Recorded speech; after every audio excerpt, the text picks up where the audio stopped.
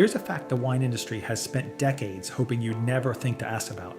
That bottle of bold, smooth, oak-aged red you've picked up last weekend, the one that costs you $15, maybe $25, there's a very real chance it wasn't crafted. It was engineered, sweetened after fermentation, darkened with a concentrated additive, chemically adjusted in a steel tank to hit a flavor profile that focus groups responded to.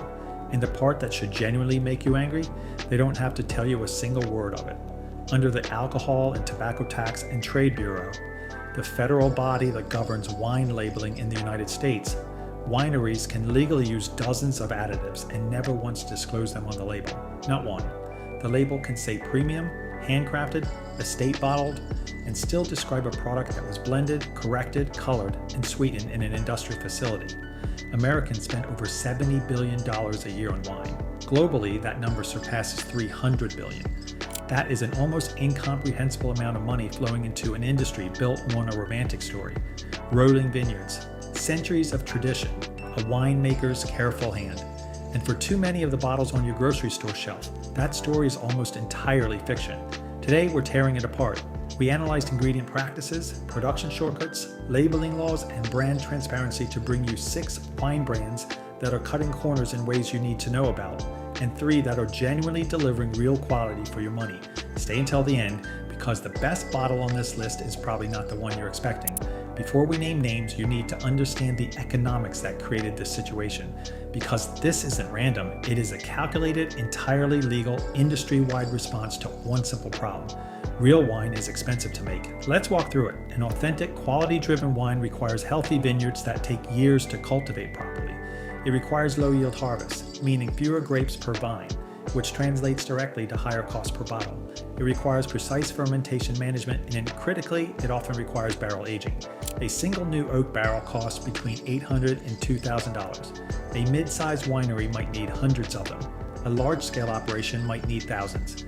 Now do the math on a $12 bottle of wine. The numbers simply don't work. So what happens? Producers replace time with technology.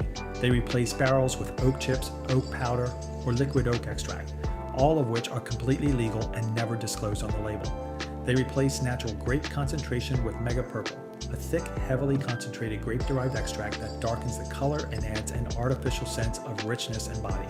And they fine-tune the finished product by adjusting residual sugar, adding tartaric acid to correct acidity, and sometimes even running the wine through reverse osmosis to dial alcohol content up or down. This practice has a name inside the industry. They call it wine doctoring. And under global standards set by the International Organization of Vine and Wine, every single one of those interventions is fully permitted. The label won't mention any of it. The label just says smooth. Here's the loophole that makes all of it possible. Wine labels are not subject to the same disclosure requirements as ordinary food products. You will not find an ingredient list. You will not find additive disclosures or processing notes. In many countries, added sugar requires no declaration whatsoever.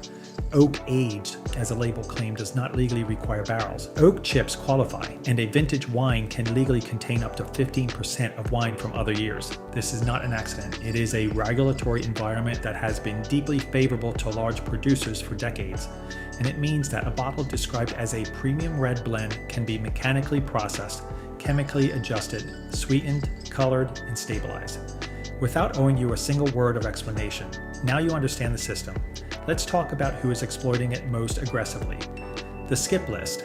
Brand 1, Apothic Wines. The label says bold, smooth, rich. The reality is one of the most heavily engineered products in the mass market wine category. Apothic blends are widely noted among industry professionals for their elevated residual sugar and their apparent heavy use of mega purple. The result is a flavor profile that drifts strongly toward dessert wine territory.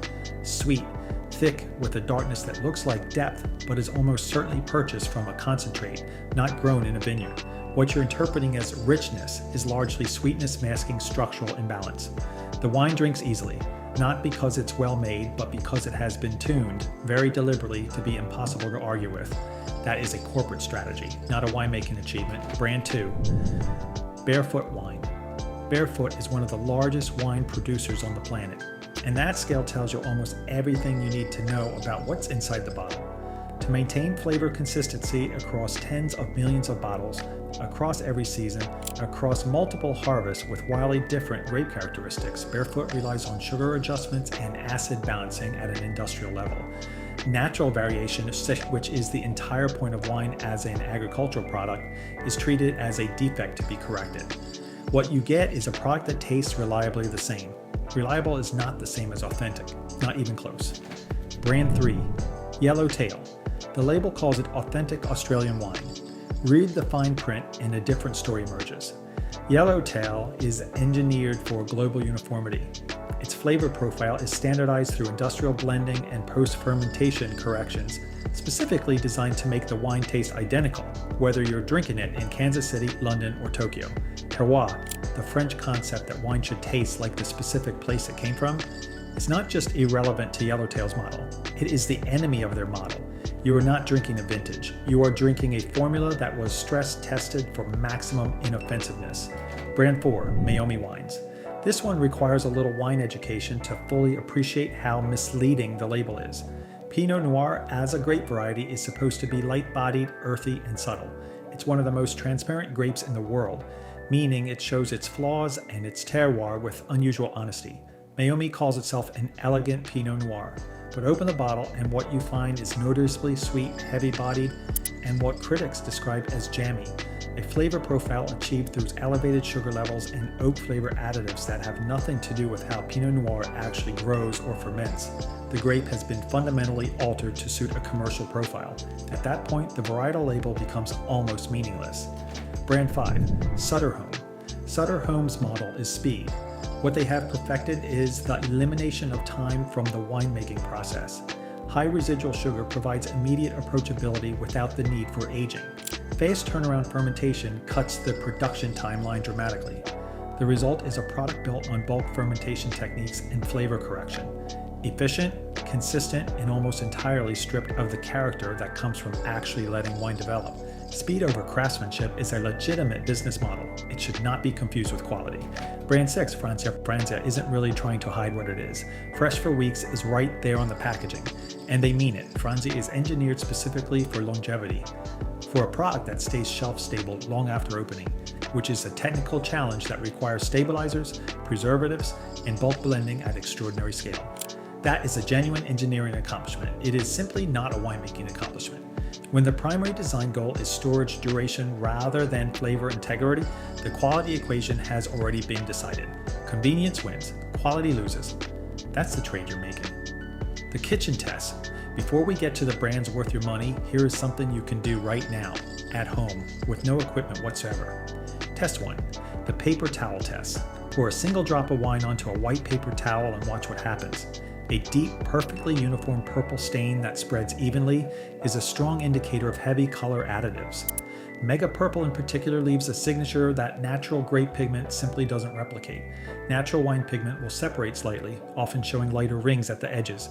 It's not a laboratory confirmation, but it tells a story. Test 2, the sweetness delay. Take a normal sip, swallow, and then wait a full 10 seconds before you make any judgment. Added sugar tends to linger and actually build in intensity after the initial sip. Natural fermentation dryness fades cleanly, sometimes leaving a slight bitterness from tannins.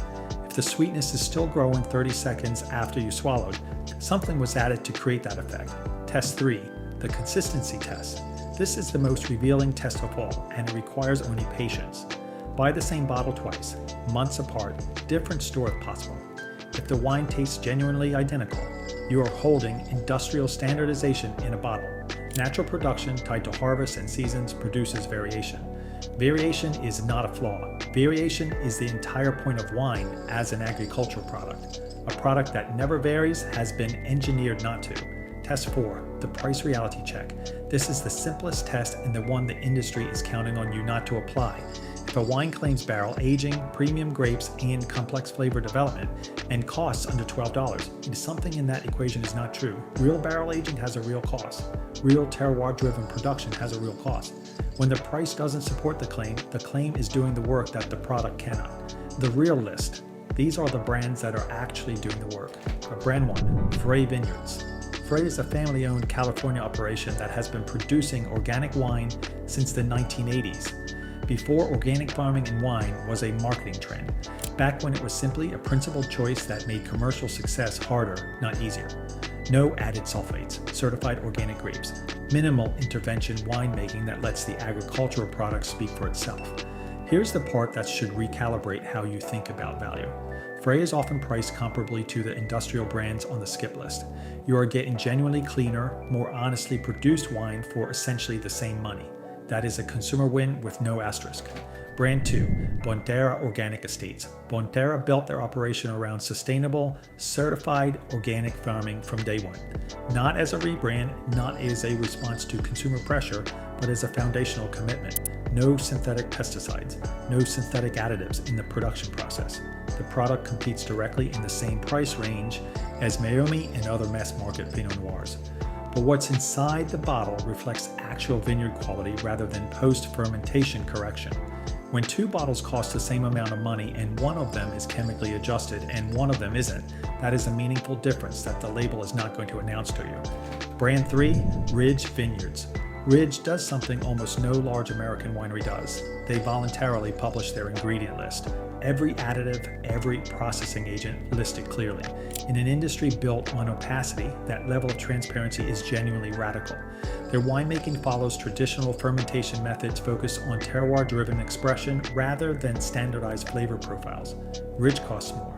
There is no version of this story where that isn't true, but you are paying for a documented process and a transparent supply chain, not for a marketing story that cannot be verified. Brand 4, La Rioja Alta. Founded in 1890, La Rioja Alta has been producing traditional Spanish Rioja for over a century, using real barrel aging and long maturation timelines that most modern commercial producers have entirely abandoned. The craftsmanship here is not a label claim. It is a verifiable, time-intensive production method with a documented history. Here is the financial argument that should genuinely surprise you. La Rioja Alta is frequently priced lower than comparable Napa Valley wines while delivering demonstrably superior traditional craftsmanship. The premium you pay for certain American labels is often paying for real estate reputation, not winemaking quality. Here's the bottom line, and it is worth saying plainly. The wine industry is not just selling you grapes, it is selling you a manufactured experience, an engineered simulation of tradition, terroir, and craftsmanship that has been optimized to taste good to the largest possible number of people at the lowest possible production cost. The difference between a $10 bottle and a $25 bottle is not always quality. Sometimes it is nothing more than better marketing, a more evocative label, and a story that the regulatory environment will never force anyone to actually verify. But now you have the tools to push back. You know what Mega Purple is and what it does to a paper towel. You know what the sweetness delay tells you about residual sugar. You know that oak age on a label means nothing without a price point that makes real barrels economically possible. You know that voluntary ingredient disclosure is a signal of integrity, not just a legal quirk.